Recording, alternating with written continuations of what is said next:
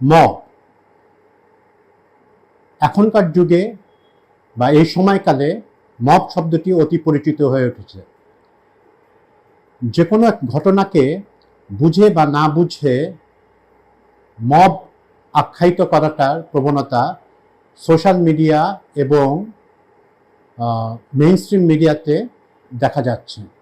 যে কোনো ধরনের অবস্থায় মানুষ আইন হাতে তুলে নেওয়াটাকে আমরা সমর্থন করতে পারি না, কিন্তু আমাদের এখনকার এই নাজুক আইন শৃঙ্খলা পরিস্থিতিতে এবং মানুষের ভিতরে প্রবল একটি ক্ষোভ যেখানে রয়ে গেছে পতিত স্বৈরাচারী ব্যবস্থার প্রতি, সেখানে কিছু দুর্ঘটনা ঘটে যায়। তবে যদি আমরা দেখি একটা কাউকে, কোনো অভিযুক্ত ব্যক্তিকে মানুষ ক্ষুব্ধ হয়ে আটক করে তাকে পুলিশের হাতে সোপর্দ করে, এটাকে ঠিক মব জাস্টিস বা মব কর্তৃক কোনো রকম একটি কর্মকাণ্ড হয়েছে এভাবে আখ্যায়িত করাটা ঠিক হয় না। মব হলে তো বিচারটা তারা নিজেরাই করে ফেলবে উপস্থিত ঘটনাস্থলে। যেমন আমাদের এখানে আমরা সেই যুগ যুগ ধরে দেখে আসছি, সেই স্বাধীনতার বহু আগের থেকে দেখে আসছি যে গণপিটুনিতে চোর বা অন্য অপরাধী বা ইভেন বেশি দিন আগের ঘটনা নয়, এক মহিলাকে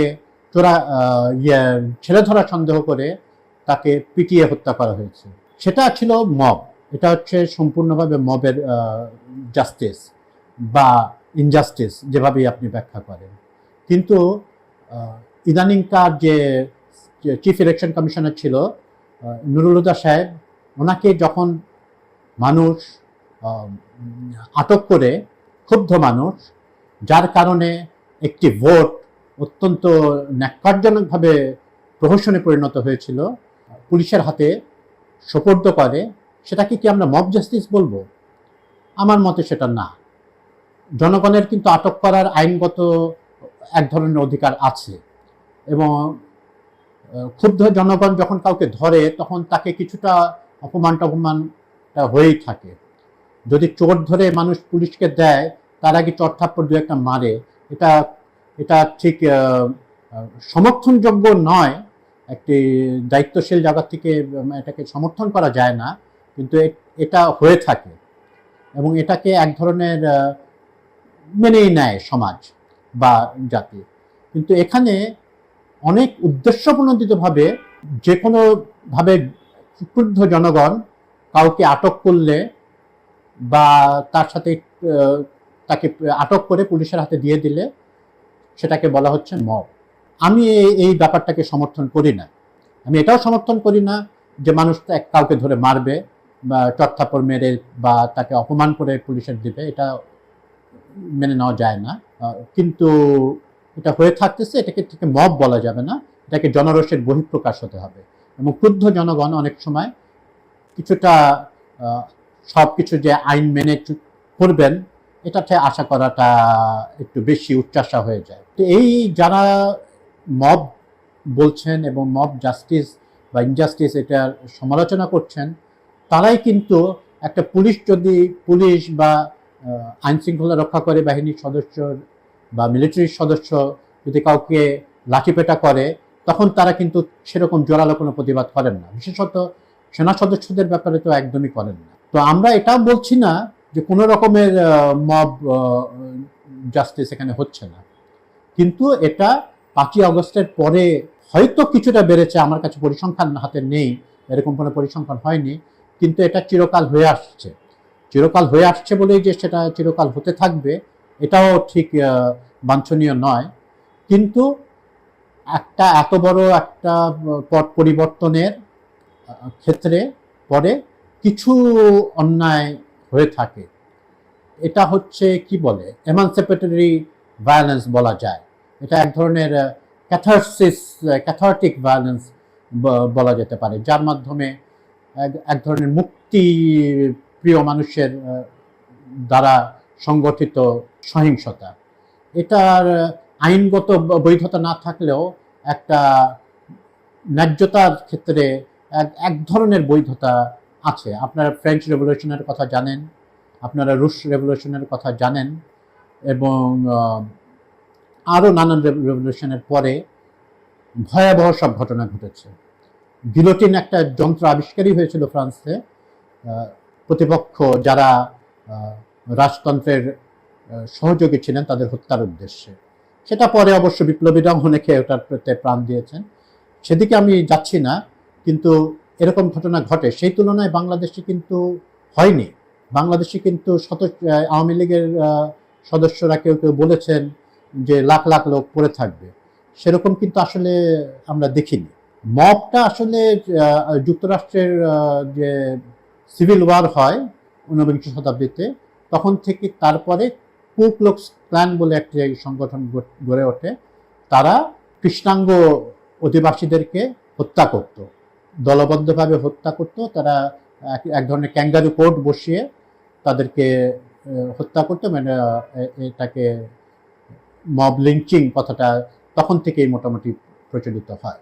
তো আমরা বারবারই আমরা জনগণের কাছে চাইব যে তারা নিজেদেরকে সংযত রাখবেন এবং আইন হাতে তুলে নেবেন না। কিন্তু যখন এরকম ঘটনা ঘটে যায় যে পুলিশ, আপনারা জানেন যে অনেকটাই নিষ্ক্রিয় 5ই আগস্টের পর থেকে, যখন এরকম ঘটনা ঘটে যায় যে দেশের আইন শৃঙ্খলা পরিস্থিতি দুর্বল, তখন কিছু কিছু মানুষ তারা কিন্তু কোনো উদ্দেশ্য নিয়ে চুরি ডাকাতির উদ্দেশ্যে কাউকে ধরছে না। তারা দেখছে যে একজনকে পুলিশ ধরতে পারে নাই যিনি স্বৈরাচারের সহযোগী ছিলেন, তখন তাকে ধরে তারা পুলিশে সোপর্দ করছেন। তো এটা যে খুব কোনো রকম সহিংসতা বিবর্তিতভাবে করছেন তা না, হয়তো কিছু মারধর করা হচ্ছে যেটা নিন্দনীয়, কিন্তু এরকম পরিস্থিতিতে এটা হয়েই থাকে। আমরা যখন আরো সভ্য হব এবং আমাদের যখন আইনের শাসন পুরোপুরি এখানে প্রতিষ্ঠিত হবে, মানুষের আইন শৃঙ্খলা ব্যবস্থার প্রতি আস্থা সম্পূর্ণরূপে প্রতিষ্ঠিত হয়ে যাবে, তখন এই জিনিসটা আস্তে আস্তে আমাদের কমে আসবে। মব এখানে আমরা কোনটাকে বলবো? আমি আগেই বলেছি যে মব জাস্টিস যে হচ্ছে না তা কিন্তু নয়। যেমন একজনকে আমরা জানি একই পরিবারের 3জনকে বাংলাদেশের একটি জেলায় মাদক ব্যবসায়ী সন্দেহে পিটিয়ে মারা হয়। এটা একটা টিপিক্যাল মব জাস্টিসের বা মব ইনজাস্টিসের উদাহরণ। এখানে উত্তাল জনগণ দেখে আসছে, কোনো রকম বাধাহীনভাবে তারা তাদের অবৈধ মাদকের ব্যবসা চালিয়ে যাচ্ছে, কিন্তু কেউ কিছু তাদেরকে করছেন না বা করতে পারছেন না। তখন তারা ঠিক করলেন আইন নিজের হাতে তুলে নিয়ে এবং ওখানেই তাকে শাস্তি দিয়ে দেবে। পুলিশের হাতে তুলে দেওয়াটা মব জাস্টিস নয়, জনরোষের বহিঃপ্রকাশ হিসেবে মানুষকে আটক করে তারপর পুলিশের হাতে তুলে দেওয়া হচ্ছে। আমরা আশা করব যে বাংলাদেশে এই মব জাস্টিস জিনিসটা একটা will become a thing of the past, আগের জমানার জিনিস হয়ে যাবে, রিলিক অফ দ্য পাস্ট, আগের একটা ব্যাপার হয়ে যাবে, কিন্তু সেটা হচ্ছে না। আরেকটা জিনিস হচ্ছে কি, এটার সাথে প্রাসঙ্গিকভাবে বলে নেই যে এটাকে কোনোভাবে সমর্থন করা যায় না। একটা মানুষ শুধু আওয়ামী লীগ করত বা আওয়ামী লীগকে সমর্থন করেন বা আওয়ামী লীগের নিষিদ্ধ ঘোষিত অঙ্গ সংগঠন ছাত্র লীগ বা অন্যান্য যেসব অঙ্গ সংগঠন ছিল সেটাতে সদস্য ছিল বা কোনো এককালে নৌকায় ভোট দিয়েছেন বা নৌকা প্রতীকে নির্বাচনে অংশ নিয়েছেন, তাকে আমরা দলবদ্ধভাবে ধরে পুলিশে দেব বা তাকে ধরে পেটাবো, এটাও সমর্থন করা যায় না। আমরা এমন সমাজ চাই যেখানে সবাই মুক্তভাবে কথা বলতে পারবেন। হ্যাঁ, আওয়ামী লীগও, হ্যাঁ, কিন্তু আওয়ামী লীগকে আগে জনগণের কাছে ক্ষমা চেতে হবে, তাদের অপরাধ কবুল করতে হবে, যেটা তারা করেন নাই। তাদের ভিতরে কোনো রকম, তাদের দলনেত্রী সহ কেউ কোনো রকম অনুতাপের প্রকাশ করেননি। যখন তারা করবেন তখন, এবং যারা মানবতা বিরোধী অপরাধ এবং নানা রকমের অপরাধের সুযোগ ছিল দলীয় ছত্রছায়া করেছেন, যখন তারা এটা মেনে নেবেন যে এটা অপরাধ ছিল, তখন আমরা চিন্তা করব যে তাদেরকে ক্ষমা করা যায় কিনা। আমরা বলতে দেশের বিচার ব্যবস্থা ঠিক করবে, হয়তো আওয়ামী লীগের নিষেধাজ্ঞা, তখন আমরা চিন্তা করব আওয়ামী লীগ দল হিসেবে দেশে টিকে থাকবে কিনা। যাক, একটু আবার আমরা মূল প্রসঙ্গে ফিরে আসি। মব জাস্টিস যেটা হয় দেশে এবং বহু যুগ ধরে স্বাধীনতা উত্তরকাল থেকে, ব্রিটিশ আমল থেকে, তারও আগে হয়তো হতো। এটা কোনো রকমের জাস্টিস, মব জাস্টিস কথাটাই খুবই মানে গ্রহণযোগ্য না। এটা কোনো জাস্টিস না। আপনার আইন ব্যবস্থা আমরা আশা করি একসময় পুরোপুরি ফাংশনাল হবে, বিচার ব্যবস্থায় স্বাধীনভাবে কাজ করতে পারবেন এবং দেশের আইন শৃঙ্খলা বাহিনী, সরকারের কোনো পেটোয়া বাহিনী থাকবে না। এখন আমরা দেখি মোটামুটি তারা জুডিশিয়ারি কিছুটা স্বাধীনভাবে কাজ করেছে, আদর্শ অবস্থা এখনো যায় নাই। পুলিশের মনোবল একটু দুর্বল, আস্তে আস্তে ফিরে আসছে বলে আমি বিশ্বাস করি এবং ফিরে আসবে বলে আশা করি। এরকম একটা সমাজ প্রতিষ্ঠিত হবে যেখানে এই ধরনের মানুষের বিচার ব্যবস্থার প্রতি যখন আস্থা থাকে তখন মব ভায়োলেন্স কম হয়। আমাদেরকে আইডেন্টিফাই করতে হবে কোনটা মব ভায়োলেন্স, মব জাস্টিসের নামে যেটা হচ্ছে, আর কোনটা প্রতিবাদী জনতার ক্ষোভের, ক্রোধের বহিঃপ্রকাশ। এবং কিছুটা এমানসিপেটরি ভায়োলেন্স হবেই। এটাকে আসলে কোনো যুগে কোনো জায়গায় এটা থেমে রাখা সম্ভব হয়নি। বলে নেওয়া উচিত এখানে যে আমি এটাকে আমাদের এখানে 36শে জুলাই যেটা হয়েছে, বা জুলাই মাস ধরে 5ই অগস্টে যে সরকার পতন ঘটিতে হয়েছে, এটাকে আমি বিপ্লব বলছি না। এটা ঠিক বিপ্লবের ডেফিনেশনে পড়ে না, কিন্তু এটা সর্ববৃহৎ অভ্যুত্থান। আমাদের স্বাধীনতা যুদ্ধের যে বৈপ্লবিক পরিবর্তন হয়েছে, আমাদের মহান স্বাধীনতা যুদ্ধের পরে এরকম একটা বিশাল গণ অভ্যুত্থান আমরা আসলে হয়নি।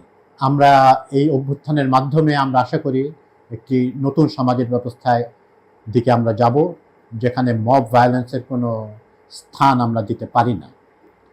আমরা অন্যায় এবং জুলুমের বিরুদ্ধে পাল্টা অন্যায় এবং জুলুম করতে পারি না, কিন্তু এটাও ঠিক জুলুমকারীদেরও মাফ নাই। তো আজকের এপিসোডে শেষ করছি। আপনারা আপনাদের মতামত জানাবেন। ধন্যবাদ।